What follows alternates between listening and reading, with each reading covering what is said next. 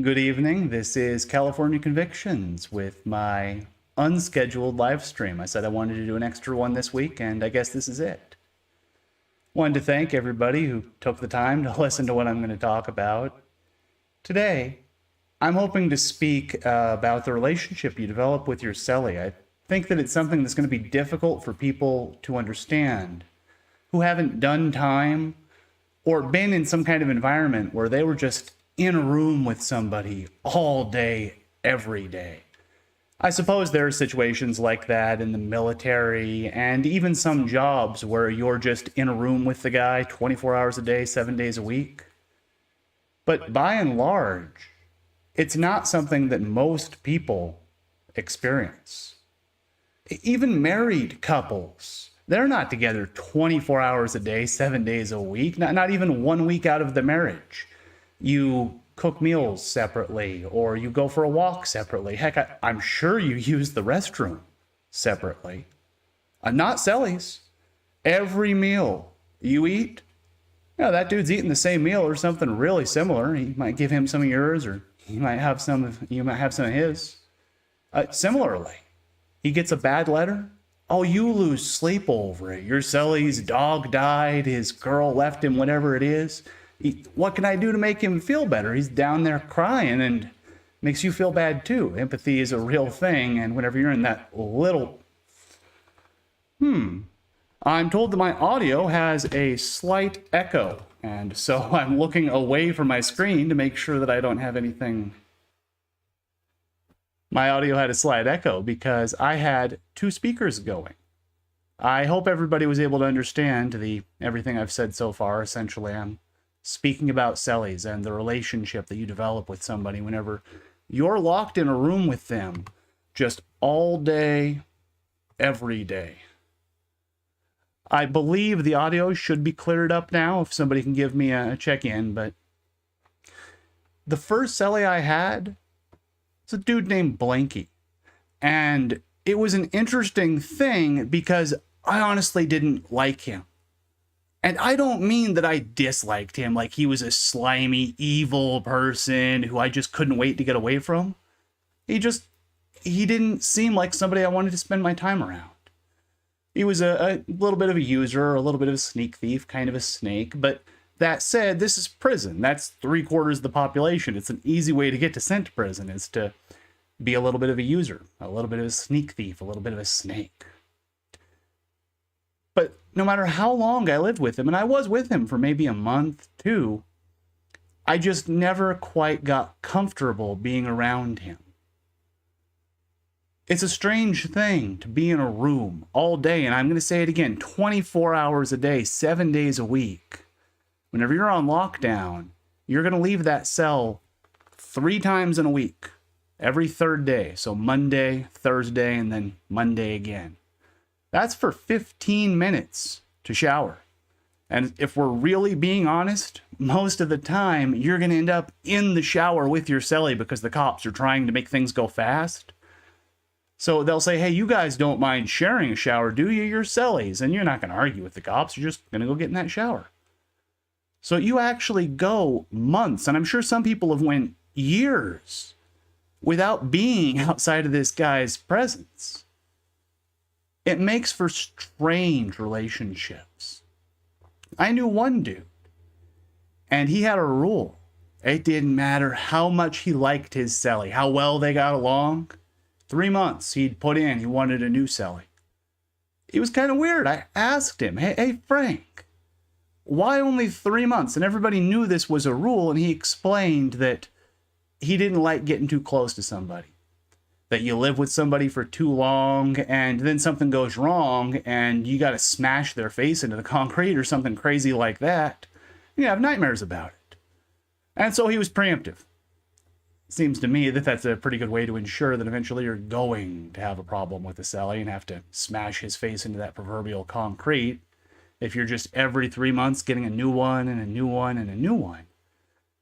But I can understand the impetus to avoid that emotional connection with somebody who you know is probably a piece of garbage. This is prison. There are bad people in prison, and I don't mean to be judgy because I was there too. But anybody who steps into a cell and meets their new cellie and thinks to themselves, I bet this guy is trustworthy, I'll lend him anything he wants, I'll give him anything he wants, well, you're asking to be taken advantage of, and that is what will happen. Dormitories are a little different. A cellie is just a small concrete box. It's the size of a bathroom, 8 by 10 by 12 usually. A dorm is bigger. A dorm is the size of even a small house, at least a living room and a kitchen or something like that. But there's 6, 8, 10, sometimes 20 dudes that live in this living area. So while you don't have this tight relationship with one dude that you spend all day, every day with, you do end up with interesting networks of relationships and drama, social problems.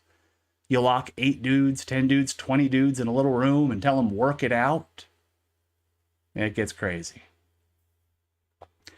The cellie that I had, who I guess he sticks with me, I think about him a lot, is Scoobie. I've spoken about him a number of times. I did a video. I'm trying to set up a GoFundMe for him. I'd really like to help that dude get out of prison. Part of it was his character. You know, I said you don't want to walk into a cell and just assume the guy's trustworthy. The guy is somebody that you're going to want to be around. Scoobie's a good dude. I knew him for like 3 years. And yeah, I saw him pull a little move here and there. He was a heroin addict. I don't mean I saw him stealing from, well, people. I suppose I saw him stealing from the institution all the time. But it's a slightly different thing. Theft from the institution, meaning you take apples from the kitchen or you find toilet paper in the closet and grab a bunch of rolls. This is accepted amongst inmates. This is just part of what inmates do to get by. I don't think even the correctional staff ever took it personally whenever somebody came in and stole something. After all, it's a bunch of inmates. I like to think of myself as a relatively rule-abiding inmate. Now, I'm going to be frank, there are thousands of times while I was incarcerated that maybe there was an extra roll of toilet paper. And everybody was getting an extra roll. I'm not the only one. But yeah, absolutely, that is a small theft. What I didn't see Scooby do, Scooby-Doo, what I didn't see Scooby do was take advantage of people in such a way that it felt like he was making them less to get ahead. You know, the thing where you scam somebody left and you get them looking right, and then you grab the thing that they thought was important and sell it for less. Any little move, and inmates are so good at this, finding the little angles, the tricks to take advantage of each other. It's a dog-eat-dog environment. He didn't seem to have the heart for it. In spite of the fact he was a heroin addict and believed that somebody who loves drugs is going to do what they have to get it.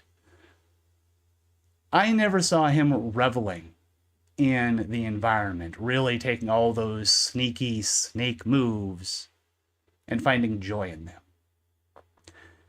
Years later, I haven't seen Scoobie in 15 years, I guess. But it baffles me that he is still locked up doing time on a burglary, non-violent crimes. He got that 25 to life, 3 strikes you're out, they have in California. They locked him up in the late 90s. I think he got arrested in 96. He's still locked up today. And I know I talk about this occasionally. This is one of my hot button cases that I just can't get my head around the idea that I pled down on a murder case. I don't want to justify what I did. I don't want to minimalize what I did. I don't think of it as evil. I think I was in a bad situation and maybe made a mistake, but I don't think hurting people is intrinsic to my nature in any manner. But still, I went to prison for what is undoubtedly the worst crime you can commit, murder. I pled down, but I got 17 years. And I served it. I met him at the beginning of my term. Got out. Didn't even think about it. I figured he had to be out of prison. He was in on non-violent burglary.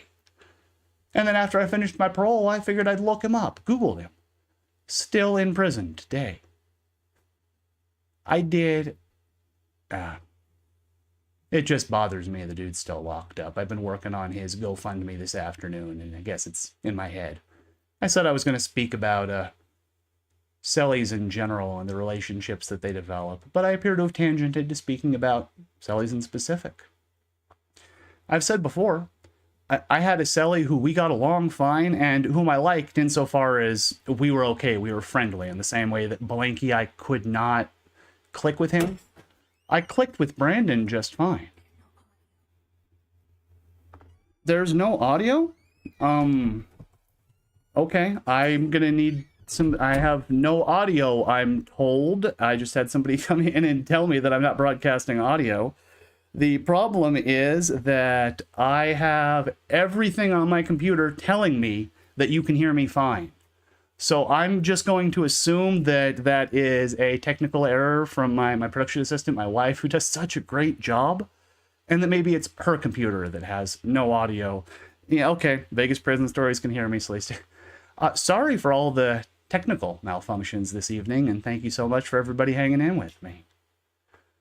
I was speaking about a Cellie that I had named Brandon, and dude was a rapist. And I don't want to mince words with, I said maybe the worst crime is murder, and murder takes a life. It's just as bad. It ruins a life. It takes innocence. It takes something that can't be given. And I lived with this guy for 6 months. And of course you put it out of your head. You don't think about it. And I had little choice. I ended up living with him because I was getting out of a bad environment. But over the course of 6 months, you develop a relationship with somebody that's independent of what they did before they came to prison. 24 hours a day sometimes 8 hours a day, whatever it is in that same cell. Hey, Brandon, hand me that. Hey, Brandon, you want a soup? And then you leave the environment. And you think about the guy in the context of what he did. Prison is a nasty place, and you interact with nasty people. In the same way that Scoobie, I can't believe he's still in prison, and I hope there's something I can do to help him get out. I have a short list of guys that, man, if I ever hear they're coming up for parole, we're going to do a video on it, and I'm just going to ask anybody who feels like writing a letter to the board saying this guy shouldn't get out based on the nature of their crime. The best example I can think of, and thank God he's dead now, and what a harsh sentence, was the knitman Gregory Miley that I did a video on. He and I weren't Cellies, of course. I barely knew the man. I read his name because I was reading a book about serial killers, Mindhunter, and he happened to have been mentioned in it. But he was an abhorrent, ruthless, and evil man who killed children recreationally. And the idea that he ever could have been paroled, he's dead now, thankfully, died behind bars. Oh, I would have done 2, 3, 10 videos just on the hopes I could get one letter, because you could look in the man's eyes, talk to him for 5 minutes. I don't know what age he would have been when he paroled, but I know what he would have went and done, and that's reoffended in the most horrifying way imaginable. The military is an environment where men can be just stuck in the same little area all day long. Perhaps a barracks where you have your guys living together, or a ship. It's the only kind of situation I can think of where people would really have this collective environment where you have 1 or 2 or 5 guys, and it's the 1 or 2 or 5 of them and you in a little box all the time. Maybe you have a job, maybe you write or call your friends and family. But it creates tight-knit networks. I've said that you're going to freeze with your Cellie in the winter, and you're going to cook with him in the summer. Every time that dude uses the restroom, you're going to smell it. Every time. It makes for an environment where you get to know somebody very well. Maybe not their deep thoughts, who they really are down deep, because people are good at hiding that. But you reach a level of comfort with them. I haven't had the opportunity to speak at great length about the differences in correctional living environments. I say things like living in a cell or living in a dormitory or even living on a level 2 SNY. It means very different things, these phrasings. What I like to think of it as is neighborhoods. You have an address. You're at High Desert State Prison, B3, 129 Low. High Desert State Prison, anybody can understand. That's the prison you're housed at, and civilians tend to think of prisons as if the prison is uniform. High Desert is a dangerous prison. San Quentin is a pretty laid-back prison. Chowchilla is an easy prison to do time at. To some degree, there's truth in this. But that's like saying that New York is a city with a lot of crime, or Washington, D.C. is a city with a lot of politicians. Of course, it's accurate, but you can subdivide it down by neighborhoods, and there is no relation between one and the next. High Desert State Prison, B3, 129 Low, I said. B3, B is the yard you're on, and 3 is the building you're in. Hey, YOY just dropped $10 on my account. That is awesome. Let's see what he said. Hi, Aaron and all. If someone gets 16 years, how much time can they get off with programs and good behavior in San Quentin? Please respond in your own time, sir. Ooh, I can absolutely answer that question because I know all about this.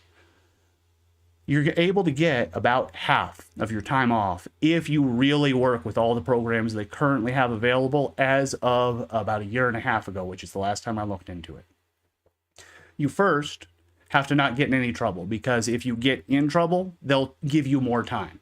Basically, they just take away some of your good time. They start by saying, well, you were sentenced to 17 years. We expect you're going to get out in 14. But then you punch somebody in the face. And they go, okay, well, we're going to give you an extra 3 months in prison. We're taking away some of that good time. It's a way for them to leverage the time that you already have in order to incentivize good behavior or deter bad behavior. So if you don't get into any trouble on a nonviolent crime with a 17-year sentence, you'll serve a third of it. If you don't get to any trouble with a violent crime, you'll serve half of it. And this is if you avail yourself of all of the programs that are available to you. This is the maximum amount of good time that you could receive. You have to do things like have a job, complete educational programs. If you receive vocational certificates, which indicate that you have established yourself as a tradesman, you can get certified as a small engine repair, vocational in office services, learning how to file and answer phones. There's auto paint, auto body, engine repair. There's dozens of trades, and different prisons have different things available. But for each trade that you're certified, they knock a couple of weeks off your sentence. You get your GED, your associate's degree, your bachelor's degree. Those are 6 months each off your sentence. Mind you, this is a huge expenditure of energy. Your associate's degree is not something that you get casually. It's a 2-year commitment. But 6 months off of your sentence to a maximum of 1/2 of what you are sentenced to if it's a violent crime, or 2/3 of what you are sentenced to if it's a non-violent crime, is a heady incentive. I was speaking about Scoobie. And as I said, I've been working on his GoFundMe, and I doubt that any mountains are going to be moved on his behalf. But I am hopeful that maybe we'll be able to do something for him, because the idea that he's still in prison after, gosh, I guess it's 30 years at this point. And I haven't been through his paperwork in a long time, but it's my recollection he was actually a non-violent criminal, in that he had never physically hurt anybody. Violence is an interesting thing legally. For instance, if you break into a home in the evening, let's say 7 or 8 in the evening, and somebody is home, and you see them and go, oh no, I thought nobody was here, and you run out the back door, that is technically a violent crime rather than a non-violent crime. The reason why is because burglaries, which are conducted while somebody is in the home, and especially if it turns into a home invasion, which it often can, home invasion meaning that force was directly used, that there is a high propensity for violence. This is a situation which is out of control. Of course, somebody is going to use force to defend their home, And of course, you're going to use force to protect yourself whenever they're using force to defend their home. As a result, he was classified as a violent criminal, or at least a serious criminal. There's some ambiguity in those terms. And he received that 25 to life sentence on his 3 strikes for committing burglaries. Mind you, the dude was a prolific burglar. I recall a story he told me that in his final trial, meaning the one that he was in his final trial, meaning the one before he received a sentence of 25 to life because he took a plea bargain. But the last time he was actually in court and trying to defend himself in front of a jury, the district attorney had broke out a chart. And it just had, here are the months that this dude has been in prison or jail because he was a repeat offender. He'd get out for a couple of months, go back, get out, go back. And here's a little circle drawn around his neighborhood, and this is the number of burglaries that are committed within that circle when he's out or in. Mind you, this was in the SGV down there in Southern California. So for there to be a noticeable difference in the number of burglaries that are happening in community because he is in or out of prison means that he was really a prolific burglar. But 30 years... I can't wrap my head around it after having done just barely 16 for what was a murder. Of course, I had other Cellies who stuck with me for whatever reason. I've spoken before about Iguana, and I liked Iguana. He was a good dude, but the man had no chill. He was always arguing with the cops, and because he had a serious hearing impairment, I was always being called to, let me use the phrasing, ensure effective communication. What this meant was that Iguana would yell at me what he was trying to convey to the cops, and I would attempt to understand what he said. Whenever he got agitated, his words would run together because he was born deaf, and he would not properly enunciate some vowels. So I'd have to ask him to repeat once or twice until I understood the whole sentence. I'd tell it to the officer who was angry and who generally would patiently wait for me to find out what Iguana was yelling about. And then the officer would have to tell me what I should tell to Iguana because Iguana had a thing where you had to look him right in the face and enunciate slowly, moving your lips, because he could read lips. He did not know sign language, and he was not very literate. He could read and write a little, but probably at the level of a 5th grader or so. As a result, I was always being called to be the guy who would translate for him. On some occasions, this isn't a big deal. If he's going to go to the library and wants to check out this book or that book, sure, absolutely, I can help ensure effective communication. But whenever a cop has picked him as the whipping boy, which is what happened, Officer Hooper and Iguana really got into it. They were going back and forth. And all of a sudden, I'm standing between them, trying to translate as they're both just so angry and threatening each other. I actually had the opportunity to look at an officer and say, listen, I'm not going to tell him that you're going to punch him in the face, man. Yeah, you can make it clear, but I don't want to be a part of this conversation. This is not fun for me whenever the two of you are legitimately threatening each other's safety and expecting me to communicate back and forth for you. Because you get put in a cell, and you often don't have any choice about where you're going to end up. The way I ended up moving in with Iguana was just that I didn't have a cellie, and he didn't have a cellie. Administration needed to make some room. It didn't matter where I wanted to go. They're going to put us together. And then you're going to spend all that time in that cell with that dude. I said 24 hours a day, 7 days a week, 365 a year in some cases.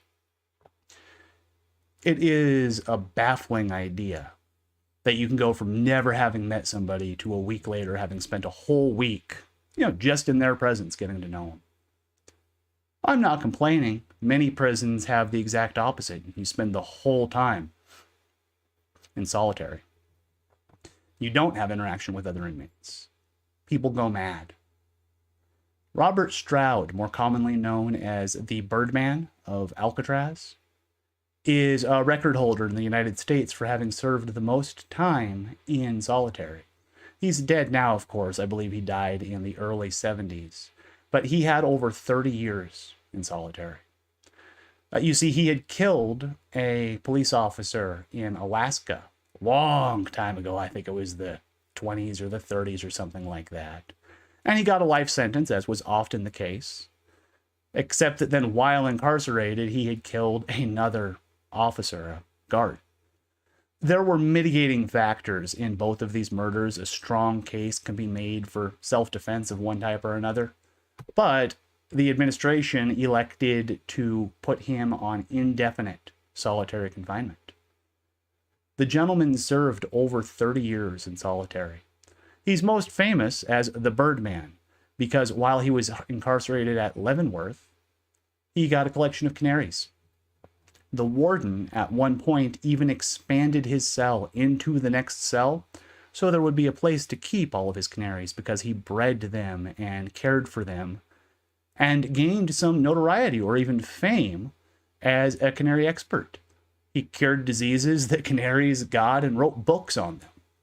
After all, if you have, again, I'm going to say it, 30 years or more in which you don't talk to other men except through that window, hey boss, can I get something? Yeah, sure, here you go. He tosses it in and walks away. That is the extent of your social connection. That's all he saw for 30 years was those canaries. So whenever I'd hear guys gripe that they didn't like their cellie, they wished they could be on single cell, which is something a lot of people prefer, I'd always remember that there's another way it can go, man. Isolation will get you. I think I'm going to look down at those comments and see what we have to say. Justin McCoy asked if I ever had a cellmate who didn't like to talk at all, just constant awkward silence. I wish Iguana had liked to talk. I liked the dude and we got along, but he was a talker and it was so much work to talk with him. You really had to sit down and pay attention to him. He'd have to repeat himself 2-3 times sometimes, and then I'd speak to him and it was the same process. Awkward silence might have been easier there. Blankie. I say I never really clicked with my very first Cellie, Blankie. Man, we didn't talk much. He watched TV. He had a TV, and I think maybe 10, 20, maybe 30 words a day would be the top that he and I would say to each other. And it was just hand me that. Excuse me. Hey, do you know what time yard is? That kind of thing. Dwyer Jones notes that the guy who buried the driver and kids in a school bus in Chilla, Leslie Van Houten, got her latest parole canceled by the governor, even though she's met every standard for rehab. Those things are both true, yes. Leslie Van Houten was denied parole recently, and that is surprising because in spite of the fact the case was so publicized. And, it's awful. I'm not defending her by the furthest measure. I would have expected the board to consider paroling her at this point because she is well past the point at which she has served every measure. It is an interesting thing about going before the board that they're not supposed to take the nature of your crime into consideration whenever determining whether or not to parole you. If you go into board and they say to you, well, Mr. Channel, you are an awful criminal. You committed these 17 crimes. And we think you should stay in prison for the rest of your life because of them. I can respond, yes, but that's not your choice. The judge decided how long I was going to get for those crimes. He said 15 to life or 25 to life or whatever it is. Once I've done 15 years, I've paid for the crimes. Your job is just to assess whether I have fully rehabilitated myself within the context of prison. Whether I've done the things I'm supposed to. Didn't get into fights, got my GED or my associate's degree, have some place to live whenever I get out, worked a job for 20 years. Whatever the things are, that is supposed to be the primary consideration of the board. The reason for this is that otherwise, it constitutes double jeopardy. If a man who committed a truly horrendous crime goes to prison and receives a sentence of 25 to life, but the board has no intention of paroling him regardless of what he does while he's incarcerated because of the nature of the crime, he didn't receive a sentence of 25 to life. He received a sentence of life without the possibility of parole. As a result, and this is standing case law all the way up to the Supreme Court, They can't keep you in prison based on the nature of the crime you committed past the point at which you are eligible for parole. That's double jeopardy by the definition. So, the board always has to find some way to deny somebody that they don't want to parole within the context of what have they done or not done while incarcerated to earn that parole, to rehabilitate themselves. I guess I'm going to say that they probably hit Van Houten with lack of insight. That is their general thing for if they want to deny you, but they can't point to one specific thing. They can't say, well, you got into a fight or you didn't get your GED or whatever the things are you're supposed to do. They still want to deny you. What they'll do is they'll have you do a psychiatric evaluation with a board-certified psychiatrist. He will evaluate a number of things, like whether you have a propensity for violence, whether you're likely to reoffend, and put together a report. The board then looks at this report and is able to take key points and say, the fact that you said this, or the fact that you didn't focus on this, indicates that you have a lack of insight into your own criminal character. You need to do some more thinking, do some soul searching, basically. And because it's such a general and arbitrary reason to deny somebody, that's their go-to move whenever they don't have a specific reason to deny somebody parole. Of course, if she had been paroled, it is likely that the governor would have taken the date, and that is generally a political thing. I saw a number of people receive a parole date from the board and then have their date taken by the governor because their cases were high profile or because their cases had true monstrosity involved in them. Of course, it was interesting because at the time, Arnold Schwarzenegger had been the governor, the gubernator is what we all like to call him. And it was baffling to see somebody get a piece of paper saying that they'd had their date taken by Arnold Schwarzenegger. It's just a funny thing. You know, whenever he was governor in California, I'd really thought that he was going to reinstitute the weights. What a neat thing that would have been, but no dice. I think I'll get back to that comment and see if anybody else has a question or an observation that I'd like to touch on. Let's see here. Dwyer Jones says that he'll subscribe to Vegas Prison Stories. That's pretty cool. And Vegas Prison Stories asks if he can imagine being a translator for Iguana while he's yelling at the CO. It was really something because I am a very calm, laid-back guy. And Hooper and Iguana both were angry, red-faced yelling at me. At each other, but they want me to translate. So I would listen to the one guy, angry, red-faced, pointing and gritting teeth. You need to make him understand. I'm going to take him out back and beat him. And then calmly say, Iguana, he says he's going to hit you if you don't stop yelling at him. And it was absurd. I truly wish that there had been a camera hidden on a wall somewhere because it was a comedy of absurdity. Big J Prophet asks if there was a lot of drugs in prison, and that really varies by prison, interestingly. I can tell you at High Desert, where I started my term, hard drugs, heroin, meth, there was a reasonable amount, and it's because they're easily smuggled and they have a high street value. You figure just a little that sized thing of those drugs is enough to get a whole yard high.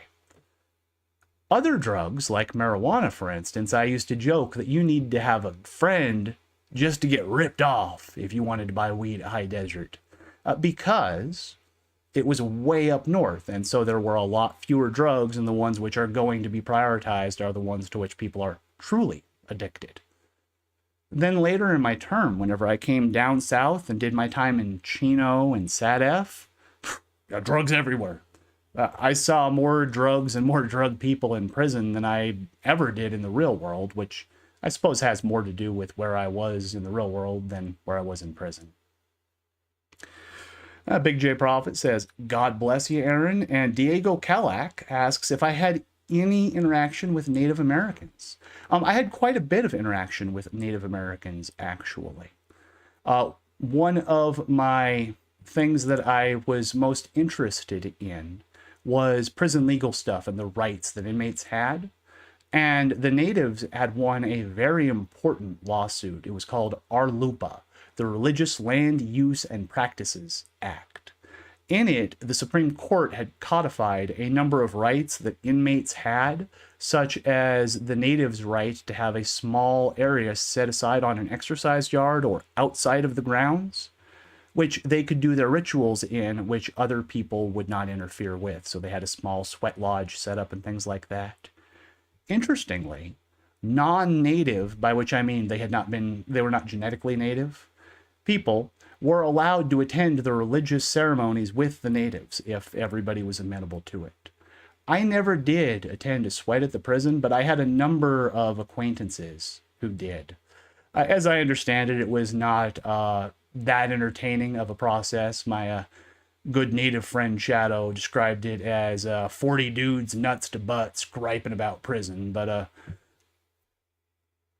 I suppose that every single thing that they fought for, all those little rights, the ability to have that sweat lodge on the edge of the place, and the gentleman who won a lawsuit to not have to cut his hair, I believe his name was Red Cloud. You see, in CDC, they had required that inmates keep their hair close cut. After all, it's a security risk. You could have a thin piece of wire, a garrote, here in your hair, pull it out and use it as a weapon. That's the basic problem. I suppose people also might have used it to hide contraband or whatever, or even to obscure their face. These are justifications the administration would have used. But it was a rule. You showed up in prison and they shaved you bald, and then you kept your hair. I think it was that short. It was 2 inches or something like that. Or they'd write you up. They'd take away all your privileges. That good time that I talked about where you're going to get out with half your time or 2/3 of your time, they took it all. If you didn't want to cut your hair, you were going to max out your time. You weren't going to get any canteen, no zoom zooms or whim whams, no yard. You were going to be on C status, it's called, meaning no nothing. And that seems reasonable unless you consider that there are many groups for whom their hair is an actual part of their identity and may be related to their religious practices. A gentleman took it to court. He refused to cut his hair. He was a native and he was proud. And he said, I haven't cut my hair in 20 years and you're not going to make me cut it now. And they tried. They really tried. They made an example out of him as he fought it in court, up and up, all the way to the Supreme Court, and finally he was shot down. The reason I was interested in this is because I had long hair at one point.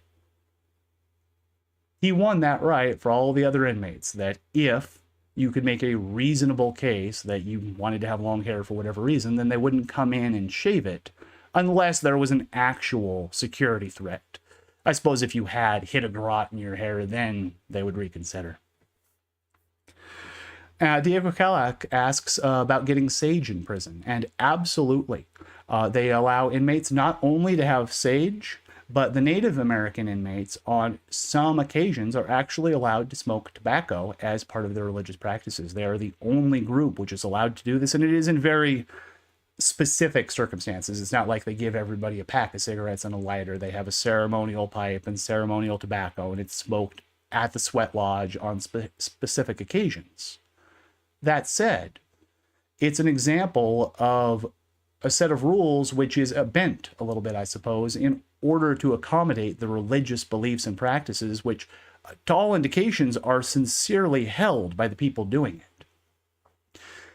Another example of small modifications to the program that are made in order to support the religious practices of inmates are dietary things. Ramadan, for instance. During Ramadan, Muslims don't eat from sunrise to sunset in order to be more connected, in order to commemorate the people who don't have food or water. You suffer a little bit so that you can suffer with the people who have to suffer, or at least remember them. Or at least this is how it was explained to me. Understand that in an institutional context, having a group of inmates saying we don't want to eat from sunrise to sunset is an absurdity. This is whenever the chow hall runs. So you're just going to starve? Because we're not going to feed you special, so you better have your own food or you're going to be in big trouble. And this was the attitude for a long time regarding this type of thing, that you had nothing coming. And again, Arlupa, there was a large lawsuit, Religious Land Use and Practices Act, and one part of it had to do with religious diets. As a result, they had a halal diet, which anybody who was Muslim was able to sign up on. And additionally, they had Ramadan meals, wherein they would take approximately the food that the inmates would have received, and even a little bit extra here or there, and give it to them in a paper bag so that they could eat it on their own time frame. And then they would run dinner just a little bit late for them so that it would happen after sunrise rather than before it. These are small accommodations, but for people who sincerely and diligently practice their faith, they were world-changing. I've spoken before that for myself, I was on the kosher meals program. And I need to be clear and honest that this was not due to deeply held religious convictions on my part. If we're being frank, I was a little hypocritical in my logic for joining. It's better food, it's cleaner food, and most importantly, it was prepared outside of the institution. Inmates didn't make this food. It was made in a factory and then packaged and sent to the prison. I think anybody can understand the real benefit in that kind of setup. So I attended Jewish services, and I do have a reasonable degree of Jewish lineage and a familiarity with the Jewish faith. As a result, after a couple of months, I was allowed to start receiving the kosher meals. They were of a much higher quality than the meals that other inmates received. There was finally a lawsuit that was engaged in by somebody who was not Jewish. He was a Messianic Jew. What this means is that he is a Christian in that he believes in Christ and has placed his salvation there, but still practices the tenets of the Jewish faith, including keeping kosher. The administration refused him kosher meals, saying, "You're not Jewish, you don't get kosher meals. We don't care about your beliefs, we only have to give this to the Jewish inmates." Thankfully, he took that to court and won. And as a result, they no longer delineated the kosher meals based just upon your ethnicity, essentially. They asked if you had a deeply held and religious belief that you had to eat in a certain way. And if, yes, you were sincere in your religious convictions, which I don't know how they're supposed to test that, but that is the criterion, then you would be allowed to eat the kosher meals. Give me just one moment here, please.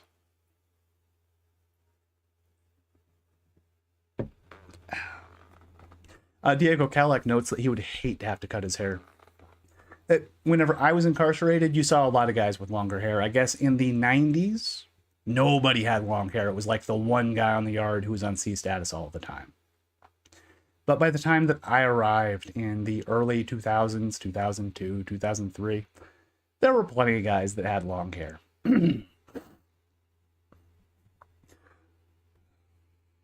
I generally only speak on these live streams for about a half hour, perhaps a little bit more. I am happy to have been able to speak about the Cellies that I had while I was incarcerated, most significantly Scoobie. I think that I'm going to be talking about him just a little bit more in the coming weeks because he's been weighing heavy on my mind. I can't wrap my head around the idea that the guy's still in prison. I think I'm going to wrap up here, but I wanted to sincerely thank everybody who tuned in for listening, and I expect I'll be doing a live stream tomorrow at the scheduled time. I just wanted to take a little bit of extra time and make a video. This is the part where I figure out how to turn off the stream.